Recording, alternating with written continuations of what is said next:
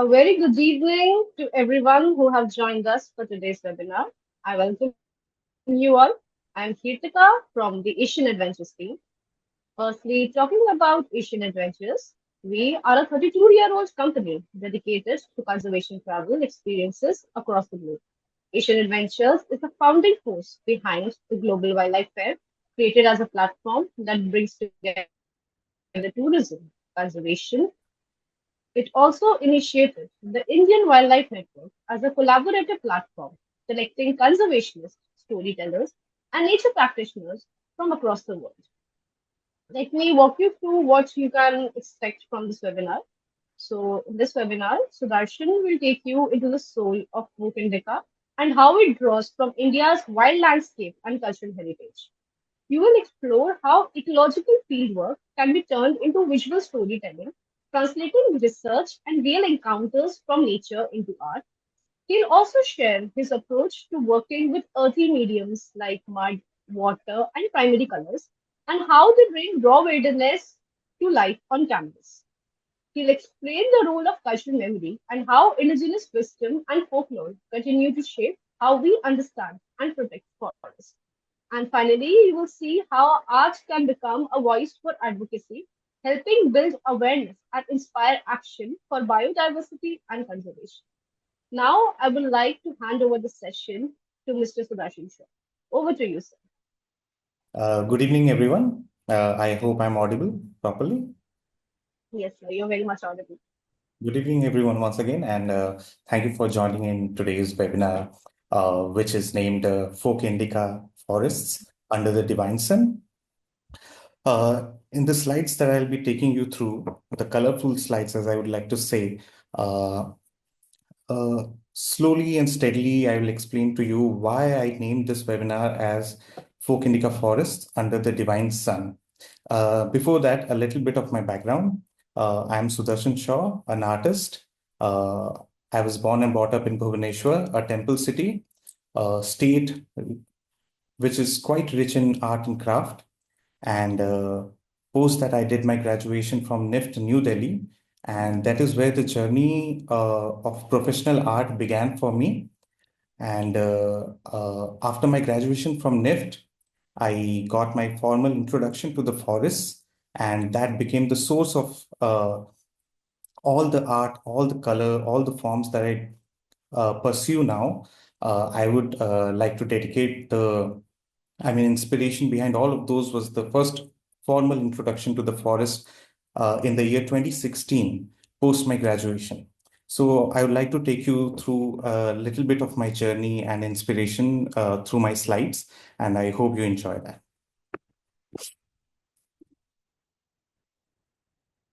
The first footings. Uh, as I said, in the year 2016, while I was graduating from NIFT, I did my bachelor's in design, and it was more of a technical course. But being born and brought up in Bhubaneswar, which is the capital of Odisha, a state quite rich in art and craft, which has its own, regional identity in terms of language, be it paintings, music forms, music and dance forms.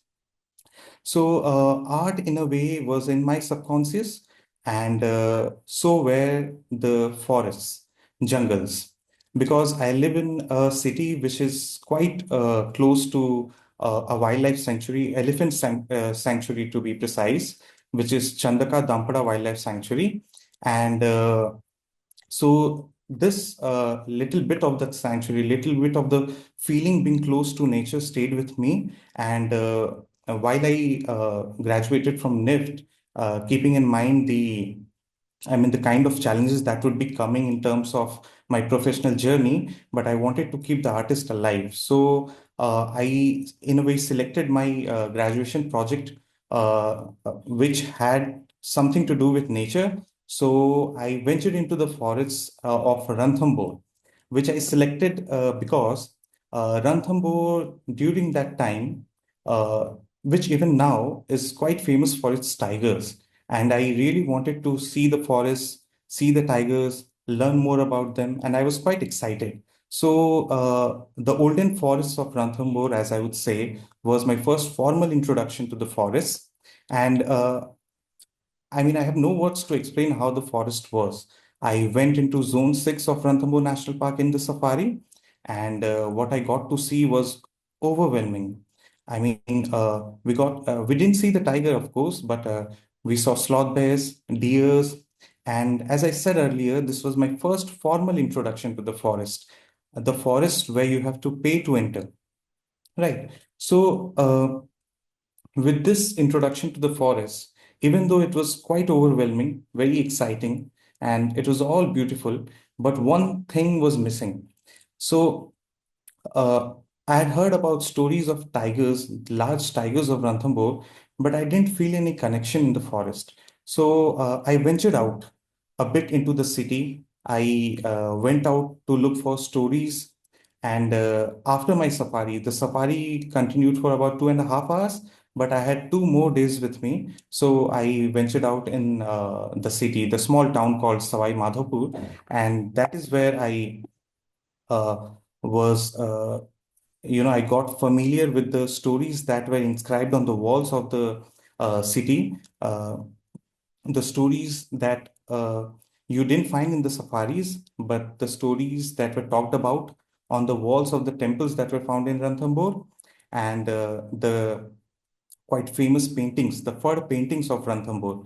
And the Fud painting is not just a painting which is found in Ranthambore, it is actually the regional folk art of Rajasthan. And in those paintings, I got to see the tigers. In those paintings, I got to see the relationship that people had with their surrounding, be it nature or cultural events that took place in the state. So these the photos that you are seeing currently on the screen were some of the elements that we didn't find in the safari, but we found when we ventured a little bit out of the forest into the mainstream areas. So as I said, uh, it was very difficult for me to understand forests with only going for safaris. So I thought that the interesting part, the other interesting part of the forest were the stories, which I thought was found in the fringes of the forests. For example, post Ranthambore, I went to Bharatpur National Park, which is again in close proximity to the capital city, Delhi, while I was studying over there.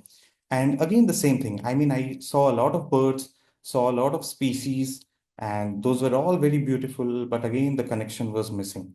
So eventually I decided to go to the fringes, go to the part of nature where I would be able to build a relationship with nature.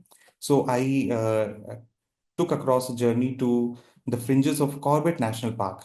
There's a small village called Kyari, a very very small hamlet, which is about 8 kilometers from Ramnagar, in the periphery of Corbett National Park.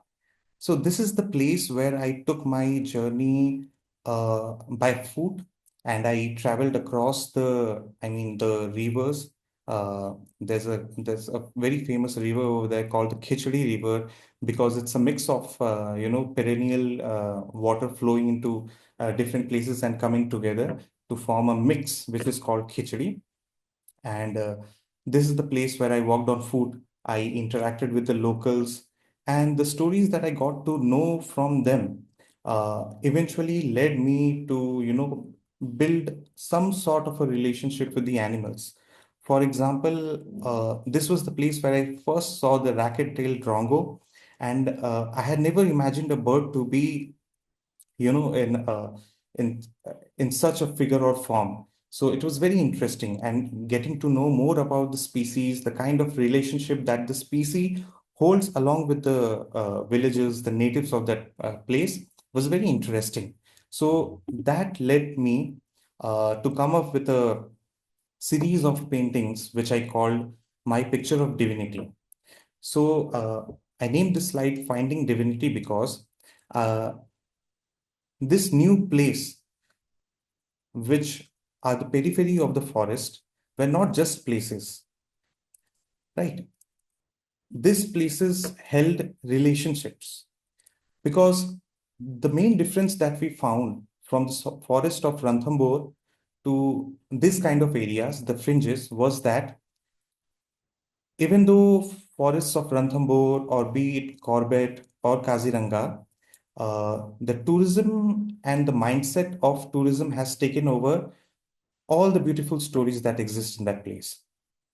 So my picture of divinity was a note to the stories which held the relationship between the people and the species and the magnificent aura that is around the species. So I'd like to take you to the slides. This is the first artwork that I did in the series, which is called Hornbill and the Fig Tree. I'd always heard about the hornbills, but I'd never heard about their habitat or how they would look in the wild. So this series is also my first-hand experience of witnessing wildlife in its in its natural habitat and the kind of relationship it holds in nature. So the painting that you're seeing right now is the hornbill and the fig tree, old fig tree, and you see how the two hornbills, the parent hornbills, and there is also a small hornbill chick inside the tree, which is holding the red ficus fruit with it. So the whole story of witnessing a hornbill pair in the wild, witnessing the old laden trees in the forest, creates and makes you understand the whole, the whole idea, the whole character around a given species. So over here, I'm not talking about a particular tiger or its story. I'm talking about the relationship that exists in the wild and how we must see everything in relation and not in isolation, because that is how they exist. The second artwork was Woodpecker and the Ailing Tree. You have always heard about woodpeckers and the tuck tuck tuck sound that they make in the forest, but getting to know the story around the woodpeckers and how they are also called the doctors of the forest, how they help the trees heal themselves from the various kind of diseases that is caused by different kinds of bacteria or be it some kind of insects, and how this whole system that works in a forest somehow feels like a divine intervention. So this was second artwork of that series. And then we have the third artwork called The Vulture and the Death. Death, death in India, or be it on Earth, is kind of a taboo for us, and it's not talked much about. But in nature, death is a part and parcel. It is a scenario which should remain as it is. There is nothing more or less to it. And how beautifully death is celebrated in the forest. So I tried to track that, understand the nature and environment that death brings with itself, and how the death for one being could be food to another. So in this artwork, I'm also talking about the life cycle that takes place in nature, how the dead body of an animal becomes the food for the vulture, and how it is again a very divine intervention and a very beautiful portrayal of a natural phenomena that takes place in the wild. Then we come to the fourth one. Here I have tried to show you the relationship between the land and the sea and how it is held by a turtle. You must have heard about a phenomenon called Aribada, which takes place annually in the coasts of in almost various coasts of India, but Arivada particularly takes place in Odisha in a beach called Rushikulya river mouth in Ganjam district of Odisha, and lakhs of turtles come and lay their eggs, and eventually this leads to a beautiful phenomena which we call Aribada. So this artwork is a depiction of the same, the relationship that is between the land and the sea, and how the beautiful turtle, the olive ridley turtle, is the binding force behind them. Then we come to owl and darkness. Darkness is again kind of a taboo. We associate darkness with evil, and darkness is often associated with mostly negative.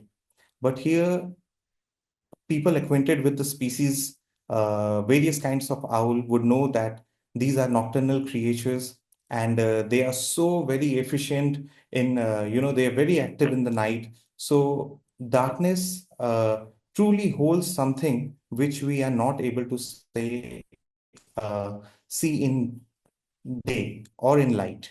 So this artwork again is a portrayal of the same, which is the owl and the relationship that it holds with darkness or night, and how the darkness or night holds more than what light could ever hold. And these three are some more artworks from the wild and some more artworks celebrating that relationship that is held in nature. So the main takeaway from this kind of experiences and walking in the forest was that all the species should not be seen in isolation but in relation, and that will expand our knowledge around the species and our knowledge of the direct environment as well. So the on the left you are seeing the leopard and the crop. In the middle, there is the frog and the monsoon. And on the right, we have the tiger mating, the tiger and the forest, and how this particular phenomena of a tiger mating eventually leads to the birth of a young cub who goes on to, take care of the forest in the making, and who becomes the future apex predator of the forest. So all of these artworks was part of the series called My Picture of Divinity. Uh, After traveling to various fringes of the forest, I thought there the stories that they hold would uh, would be found. I mean, I would find it in a better way if I could dive more into it. So I started listening to the land. I delved deeper into the stories. I went on to particular regions of India, which are again the periphery of the forest, and I wanted to extract a lot of stories regarding the nature and its inhabitants. So the images that you're seeing on the right side of the screen are from the forests of Melghat. Melghat National Park. And Tiger Reserve is actually one of the first tiger reserves to be declared, protected areas in independent India.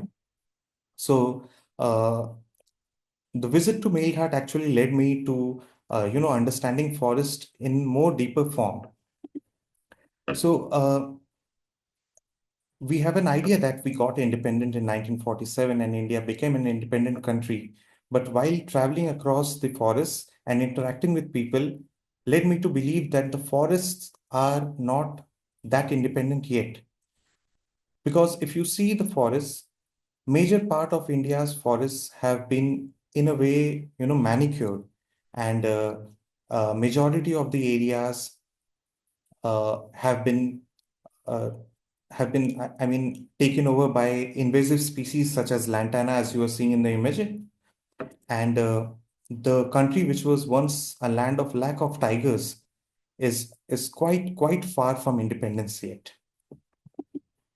So, in order to know and understand what kind of forest our country would have earlier, I dived into studying the various modes of communication. In India, music, art, and dance have been the default ways of communication for the native people. And this kind of communication, this kind of folk traditions have documented very well the kind of environment, the kind of a relationship that we had in our country since ages. And that eventually led me to study various folk art, to study the temple architectures, to study music and art.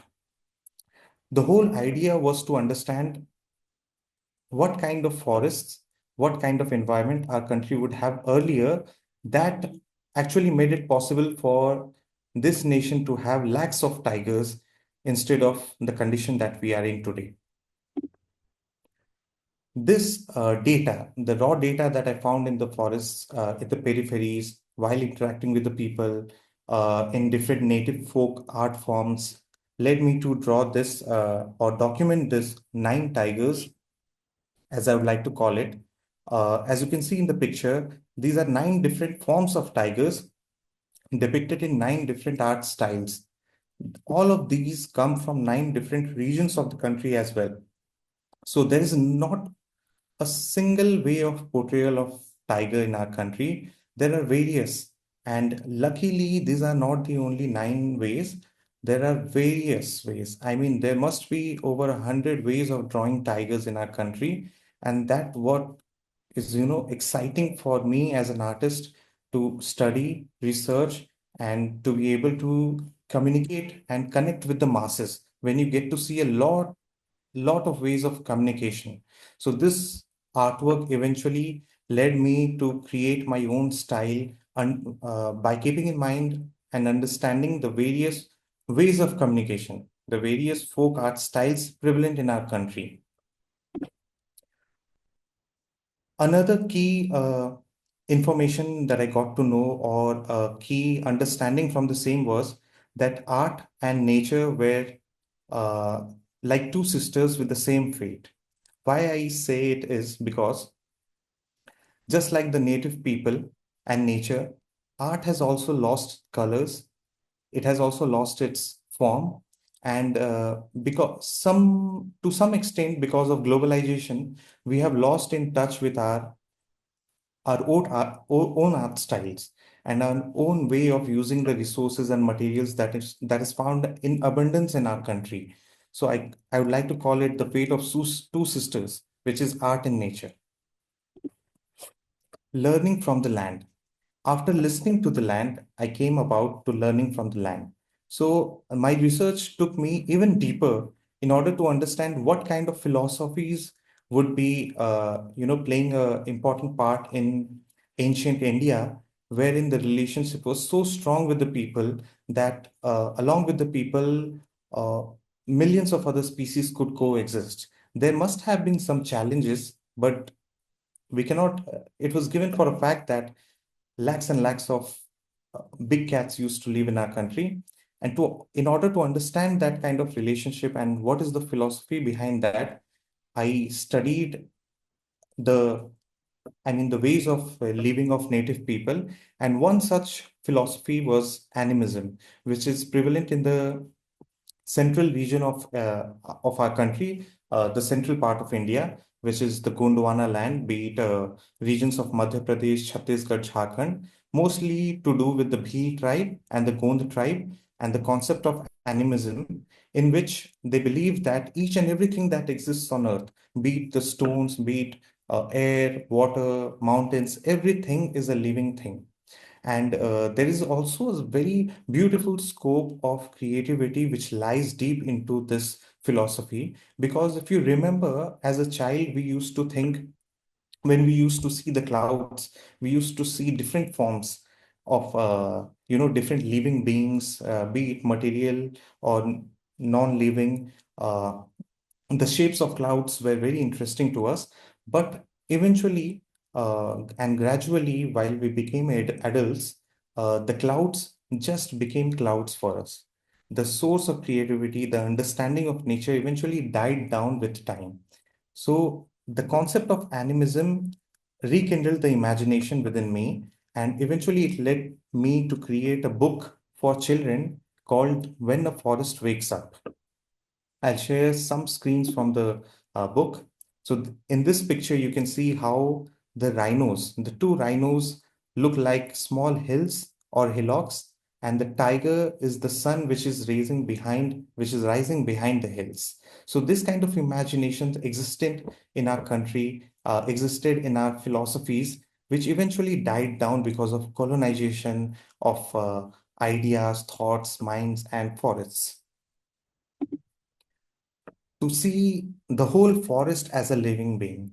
Over here in this slide, you will see a lot of animals all coexisting with us, and how they have all come together to look like one particular species, be it the tigers, the gores, the ants, buffaloes, humans, the birds, all coming together to work as one single unit. So this is the divinity that I look for while I walk into the forest. Unraveling India's relationship with the big cats under the dimension.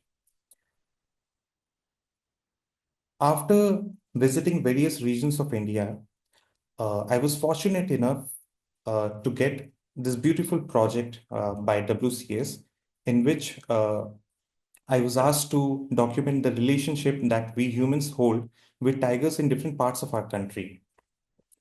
So I laid out my research, and the series that I came up with was the India's relationship with her big cats. And these are the six artworks that I came up with. As you can see on the left screen, we have the relationship that uh, is shown in the northeastern part of our country, in which the tiger and human are known to be brothers. This is the kind of relationship that we think uh, existed and continues to exist in some parts of northeastern state, in which uh, eventually which led to the survival of the species in that particular region. On the right, you are seeing the fields of Uttarakhand, the low-lying plains of Uttarakhand below the hillocks, in which the tiger shares its space with the women working in the field. And then we come to a story from South India. On the left part of the slide, you are seeing how the tiger was known to be the grandfather, and they used to tell stories to the grandson and granddaughter regarding the stories of the forests. And so this beautiful relationship that humans created in order to understand nature, and also because when you build a strong relation, in a way you also start a conversation, and that eventually leads you to have a better understanding with the species in and around you, and that eventually leads to conservation of the species. So this research dived well into that. And on the right you are seeing this painting called which is inspired by Navagunjara, and it is a local art called as Navagunjara. And here in the ancient text of Mahabharata in Odia literature, the Virat Roop of Krishna was showed in a form of 9 species, which eventually was declared as the whole forest. So imagine the kind of imagination and relationship that humans used to make earlier with the species that surrounded us, and we lived in coexistence with. Then we come to the Tiger Festival or Bagh Yatra that existed in our country. All of these were very prevalent across the country, but eventually these have died down, and there are still some parts of India celebrating some kind of tiger festivals. For example, there is Bagho Nacho in Odisha, and then there is the Yali tiger dance forms in southern states, and some other states also have some other tiger festivals. But eventually from all of this research, I got to learn that so many kind of festivals and relationships in multiple layers existed in our country, which eventually led to India having uh, that kind of a population of tigers, which no other country has.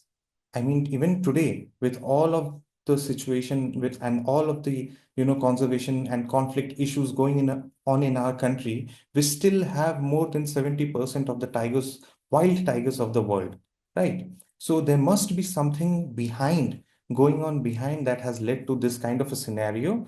And I would like to give credit to these stories, this ancient relationship holding methods and ways of communication and documentations, which has led to the situation today.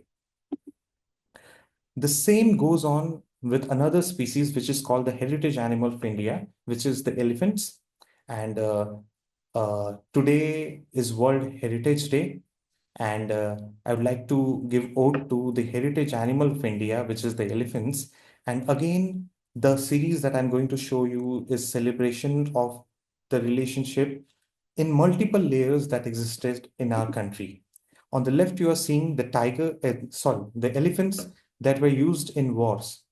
Elephants in our country have always had relation, be it relation of Mahawat with his elephant, be it relationship of kings and the elephants that they used for wars, and be it the elephants of beliefs, be it the elephants of uh, mythical understanding of hell and heaven that exists in some part of our country. So over here in these two artworks, on the left, you are seeing the elephants that existed in battlefields and the relationship we had with them. And on the right, the source elephant, how the elephant was the source of imagination, how the native people of our country used to think that elephants are so humongous.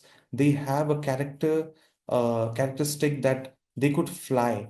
I mean, nature has been so shy and secretive that in order to churn out all of these, characters of nature, we have to be very imaginative. And the native people of our country have been doing this for generations through their folk art, through their dance forms. On the left on this screen, you are seeing the belief elephant, in which we worship and we pay reverence to elephants in wild, which is shown with the black color, and the yellow color elephant, which is Lord Ganesha. So when I'm showing the relationship of different ways of existence, I'm also talking about the layers of relationship that exist. There cannot be one layer of relationship in a big country as ours, because in order to conserve these creatures, there has to be layers of understanding between the two, right? So on the right, you are seeing the dead elephant uh, from the region of West Bengal. This is a pictorial depiction of a instance wherein the elephant, comes in contact with uh, the electric wires in the crop fields, and it eventually dies, even though people, in a way, try to, resist the interference of elephants in their livelihood, but still, in a way or other, the elephants gets its way, and that eventually leads to its death. But post death, the reverence and the kind of empathy that people have towards that animal is also depiction worthy. Then we come to the artwork on the left, which is called The Stairway to Heaven. This artwork is directly inspired by the way of painting in Thangka, paintings in our country, in the Himalayan regions of our country, in which elephants have been known to be the pathway to heaven. If you follow the principles of elephants, they say that they lead to heaven. So, I mean, in a country like our, wherein we tend to believe in nature, we have sacred beliefs in nature as well. If you truly understand the importance that a species hold, you would do all the right things for the species to exist. And because we create such kind of relationship, like in this artwork where we say that the elephants will take you to heaven, you would not want to meddle into its, in its path.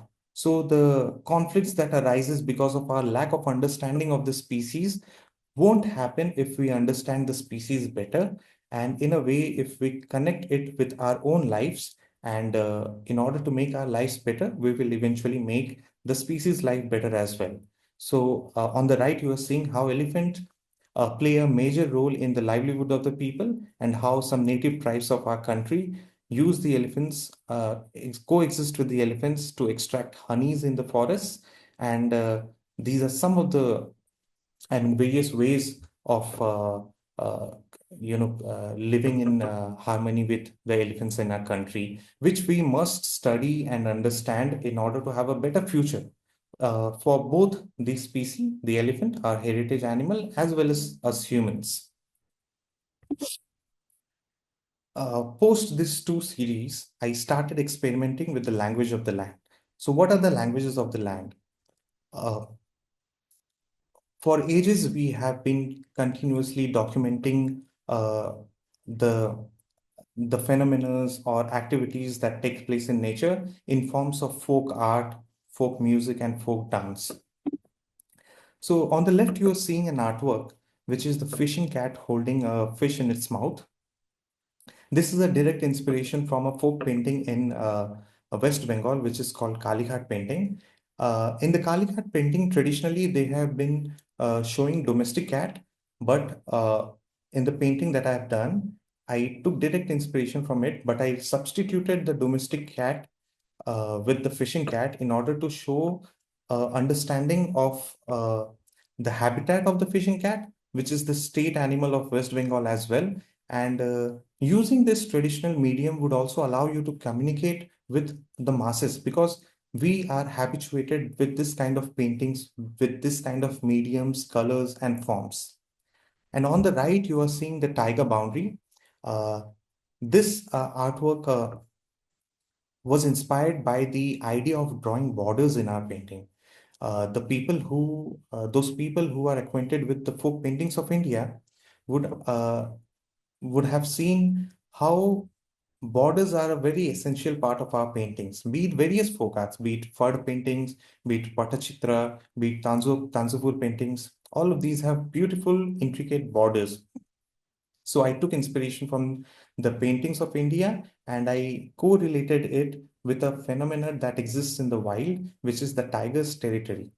How a tiger, assembles all of the forest within its territory, where uh, in the three circles that you are seeing in the painting, the first one is hunting, the second one is mating, and the third one is rearing. These are three very important and crucial part of a tiger's life, and all of these takes place in the secure environment of a tiger's habitat or a tiger's territory.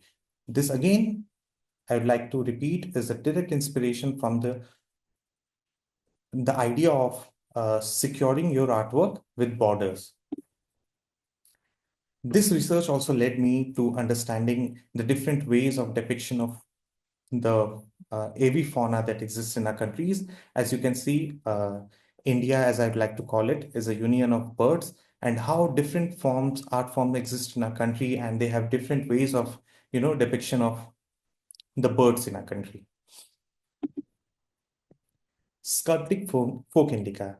As I said, studying various folk art led me to believe that communication would be very different, from one part of the country to another. For example, in Odisha, we have Patachitra paintings. In Madhya Pradesh, we have Gond art. In Rajasthan, we have Fard paintings. There are various ways of communication.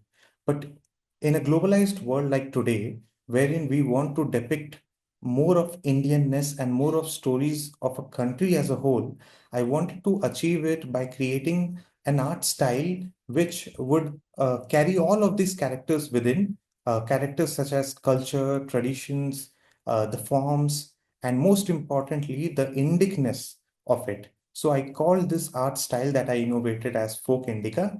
As you can see, is it it eventually becomes the visual language of the land, and it at the same time carries the principle of the folk art that already exists in our country.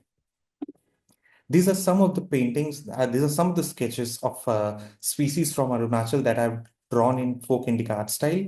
I've removed the colors for you to be able to focus on the forms. I would like to call it very Indic in nature with lots of geometry in them. At the same time, it's very organic too. So this was the art style that I came up with. Studying and creating a lot of species and natural activities and phenomena taking place in our country eventually led me to create a folk indica sanctuary or the biodiversity maps. I wanted to document the natural history of India in the form of maps, because I thought maps were very cool and innovative, way of documenting several aspects in the region. And I wanted to call it biocultural diversity maps, because this artwork is not just holding species, this is holding the stories, this is holding habitats, this is holding elements and ways of relationship in them. So all of this coming together, uh, I came up with the idea of a map. And these maps are also a direct inspiration from the folk paintings that exist in our country, because in our country, we like to, dedicate a very special place to folk paintings in our homes. So the one that you're seeing currently, the wildlife map of Odisha, is a direct inspiration from a Patachitra painting, which holds very significant place in the hearts of Odia people. So in each and every household, if not all, almost all household would have a Patachitra painting in their homes. And I substituted that holy place, that sacred place that they dedicate to the painting, with a wildlife map of Odisha idea, in which people would get acquainted with the I mean, people would get aware of the kind of rich abundance of wildlife that we have in our state, and also the wildlife stories and the relationship that we hold. At the same time, they would have that kind of importance to this map, to this artwork, because it is being substituted in place of a very sacred painting. The Odisha was the first map that I came up with, and eventually that led to various, organizations and state forest departments commissioning different biodiversity map for different places. This particular painting of biodiversity map of Andhra Pradesh, which is inspired by Sri Kalamkari Kalahasti style of painting, which is a regional painting style of Andhra Pradesh that exists in Andhra Pradesh. And the same stories, the same wildlife is depicted in that particular style. So why would I choose something which is very regional in nature while doing a regional map? So the idea is that uh, it is very easy to communicate in the with people who understand the language. So the language is very key over here. So drawing it in Kalamkari style led the masses of Andhra Pradesh to relate to the map, and eventually it became successful because post this I got a lot of offers to make maps of different places, and not just states but various wildlife sanctuaries as well. So I'll be taking you through some of them. So this is again biodiversity map of Sundarbans, and over here you are seeing on the left there's a big crocodile, which is a depiction of an island, Sundarban Island, that exists in the tiger reserve. So folk art in general gives me that kind of freedom also to imagine and innovate.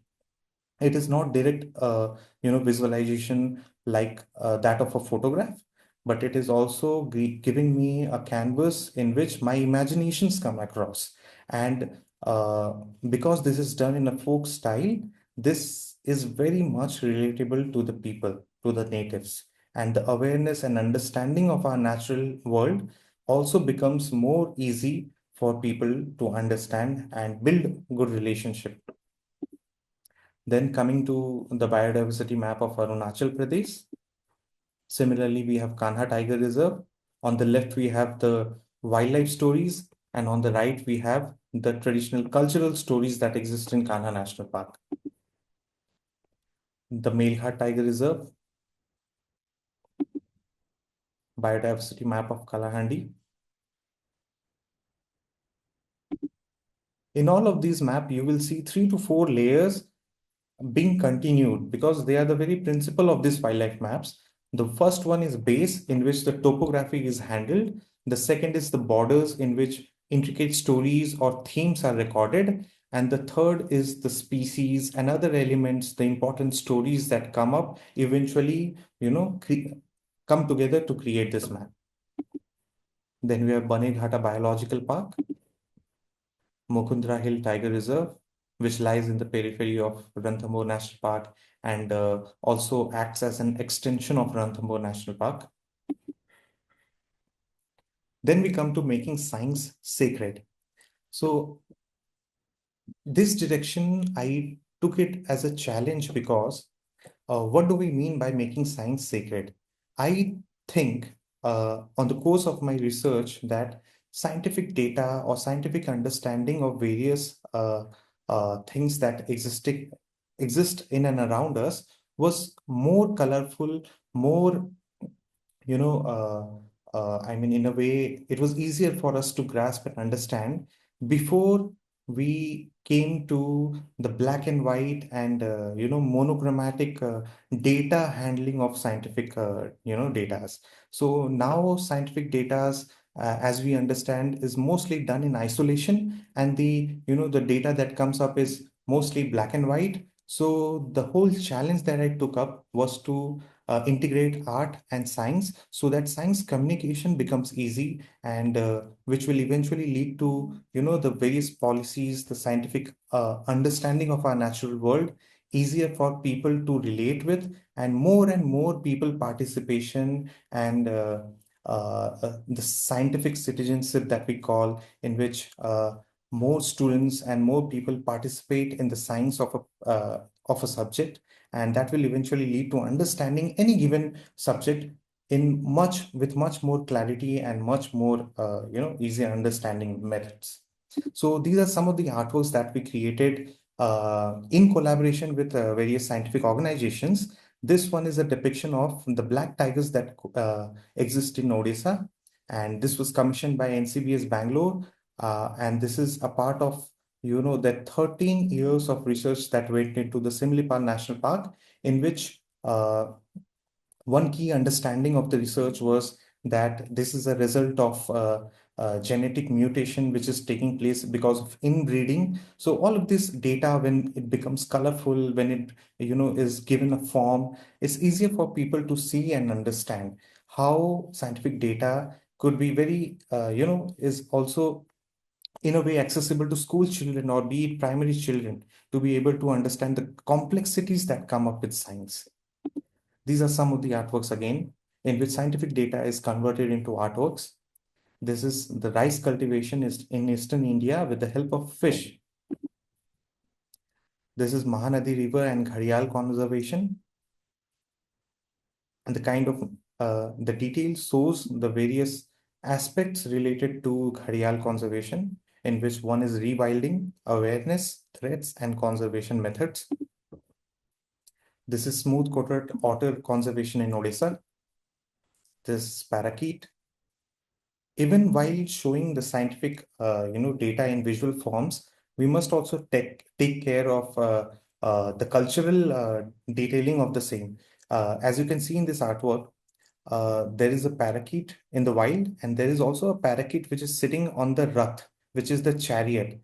And the chariot is a part of the chariot festival or Rath Yatra that takes place in Odisha.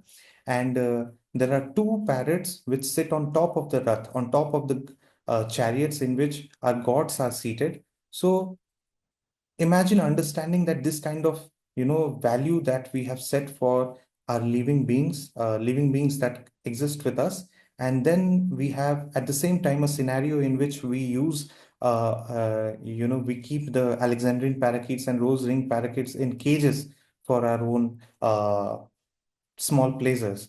But if we study this contrast and this irony, we'll be able to understand the value that we had set and what we have come to be. So depiction of all of these in the same canvas is also a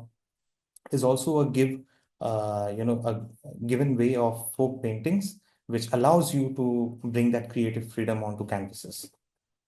Then we have Pangolin Conservation Breeding Center in Odisha, the kind of habitat that pangolins live in and how they exist in the wild, and kind of conservation methods and efforts that are taking place in conservation of pangolins and pangolin breeding as well. Then we have hyenas. So folk indica and this method of art is not just limited to artworks, but it can also be used to create brand identities. And the best brand and identities are those which are deeply rooted to their roots.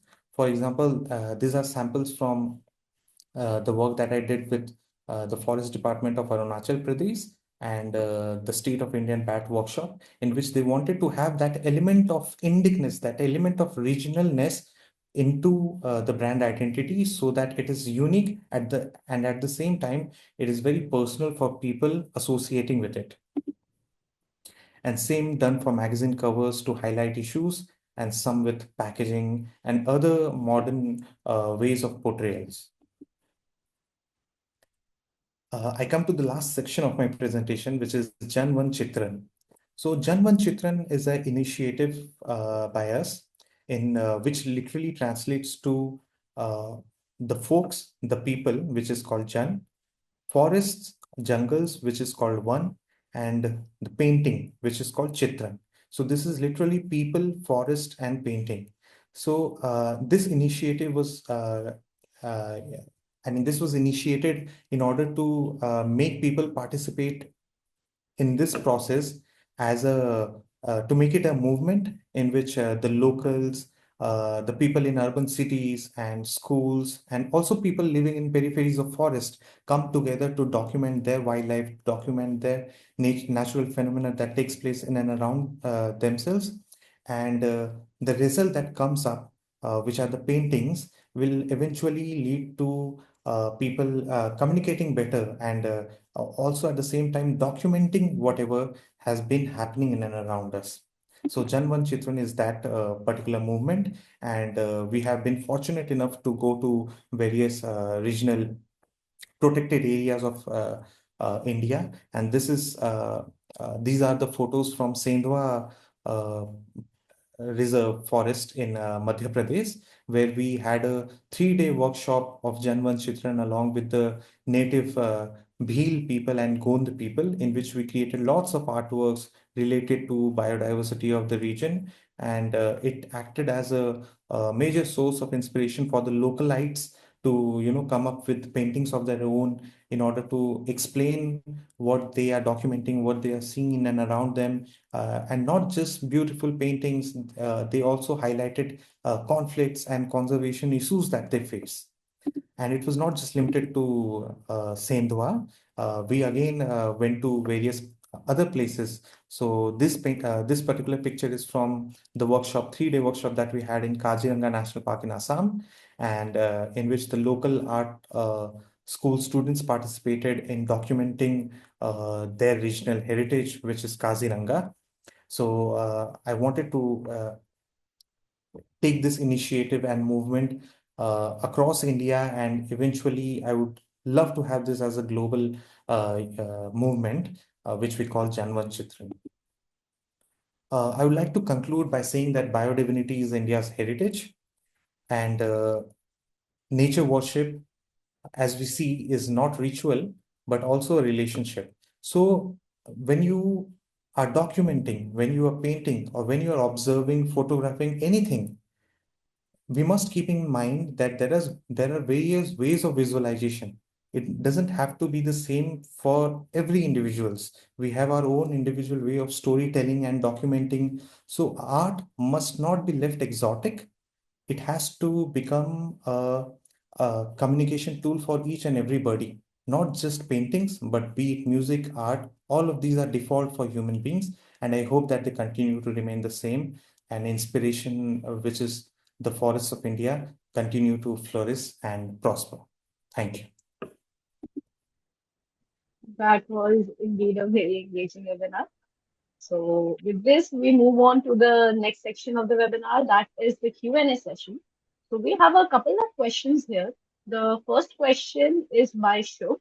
He wants to ask, how can art influence the way communities value and protect their forests today? How can art? Yes, sir. Influence the way communities value and protect their forests today. So, as I said, art is just one way of, communication. Like we have languages, uh, art, i- art also acts as the same way of communication as a language. So, how do they help in conservation or communication is when you understand that art can become a medium, and it is not just limited to the drawing classes or exotic paintings. You will feel very connected to art because that becomes your soul. I mean, just another way of communication. And uh, luckily for us humans, art is not the only way, but it is a very important way because it gives you the freedom to, communicate aspects which you see and create your own visual narratives also. So it gives you the scope of imagination. So that is a very big thing. Yeah. Sir, the next question is by Anish. He wants to ask, what is one small way each one of us can support conservation through art or creativity? To support conservation. Through art or creativity. Okay. I mean, participation would be, participation is key. As I said, again, art is just a medium. When you take away all the exoticness, what remains is communication. So when you do art, in a way, you are documenting stuff. For example, if you are a kid living in an urban neighborhood and you have some species visiting your garden or be it area around you, you can document it in terms of art. You can share it with your friends. You can share it with your school buddies. who'd, not all of them become interested at once, but gradually people look, observe, and understand. So when you practice art, when you start documenting this stuff, it it brings your perspective onto the world. And when people see different perspectives, it creates conversations, and that conversations will actually help you, conserve this. Indeed, participation is the key. And with this, we move on to the next question. It is by Arif. Are there hidden conservation messages within traditional folk art that people often overlook? Definitely. It's a very interesting question. I was reminded of a painting that I had seen in the archives of Odisha, in which, in one particular folk painting, there was a depiction of Godavan, or the great Indian bustard, in the grasslands of Odisha. If you see now, we don't have any, great Indian bustard in eastern part of India, but at that point of time, whenever that painting was done, they had documented Great Indian Bustard in their paintings in Odisha. So what it tells you is that art at that particular moment may just be a painting or way of documenting, but eventually, historically, it becomes an archive. It becomes a very essential document for the people to be able to understand that in this particular example, we got to know that the great Indian bustard used to flourish in our country. There used to be a good amount of population, in our country, and Odisha was no exception. There were great Indian bustards over here too. So art helped in that particular moment. It might not have been done with the intention of documenting, but eventually it became a documentation. So yes, there are hidden meanings, there are hidden capabilities that lies in folk paintings, which eventually come out. That was really something interesting to add on, sir. I think even the participants might have been amazed listening to such informative queries. And sir, the next question is by Amrit. He wants to ask, can folk art emotionally connect people to wildlife in a way science sometimes can't? Sure. So paintings, science, all of this by definitions are very different things, but the key to communicating well is integrating all of this stuff together. So the section in which I talked about integrating art and science was done with the same purpose. I mean, the data. I mean, when we were children, we used to dress up in white coats and used to carry all those beakers and glass materials, and we used to call ourselves scientists, right? So, and we thought that they used to work in labs in isolated corners, and we don't have the general public don't have anything to do with them, and they are discovering their own things and all of those. But what uh, we sincerely lacked was the communication part, in which when people participate in scientific process, that is when the best results come out. So integrating art is essential only because of that, because when you participate using art to communicate or make the scientific data or discoveries easier for people to understand, all those policies, all those understanding eventually becomes, better. So that is how and why integration is very much necessary. So basically, wildlife, art, and conservation scientists, researchers has to go hand in hand to bring about productive results. Yeah. For sure. With that, we move to the next question by Ambika. What color medium do you use? And also, she has asked if you could share your email and contact number for a further interview with her. Okay. So, colors. I mean, in today's time, lot of the work that we get to do, uh, I mean, looking at the way things are published today, digital medium is a must, because there are hoardings, there are different tools of communication, there are digital mediums, social media. So we do a lot of painting in digital mediums, but we also practice handmade art. And why we do so? Because you get that freedom to use different mediums There is no strict rule regarding, creating any painting. I mean, we use muds, we use colors extracted from vegetables, be it anything. The whole idea is to, get something out of it. And we don't care about what we are using until and unless it's not causing harm to the environment or it's not unethically sourced. Until then, we use all the mediums. But I would say that clay painting is one of my favorite. I do make sculptures too. So, mixing colors and muds and creating that 3D, nature in art is very important to me, and I love doing that. Other than that, most of my work are also digital, but I make sure that even while I'm painting digitally, uh, the nature of the paintings, when you look and when you look at it, it feels very earthy. So those textures, those selection of colors, its earthiness is very important to me. That's incredible to hear. And with this, we move to the next question by Bhani. She wants to ask, what is your creative process while making these artworks, especially the biodiversity maps? How do you research about the animals and their ecological niche? The biodiversity maps that you saw in the slides today are a result of, on an average, it takes about 2.5, 3 months to come up with a map. And thankfully, we have a support of the forest departments who commission those maps. And not just forest departments, the organizations that commission this map do share, details regarding the spaces, regarding the species and the region and the culture and tradition that exist in that particular region. Along with that, mostly we also travel to those regions in order to research. So we travel for about 5, 6, 7 odd days to that particular place, and we research uh, about the traditions that exist, the cultural connections that people have with the wild, the mediums that they use to paint, and if any if they have any particular way of painting or folk painting of that region.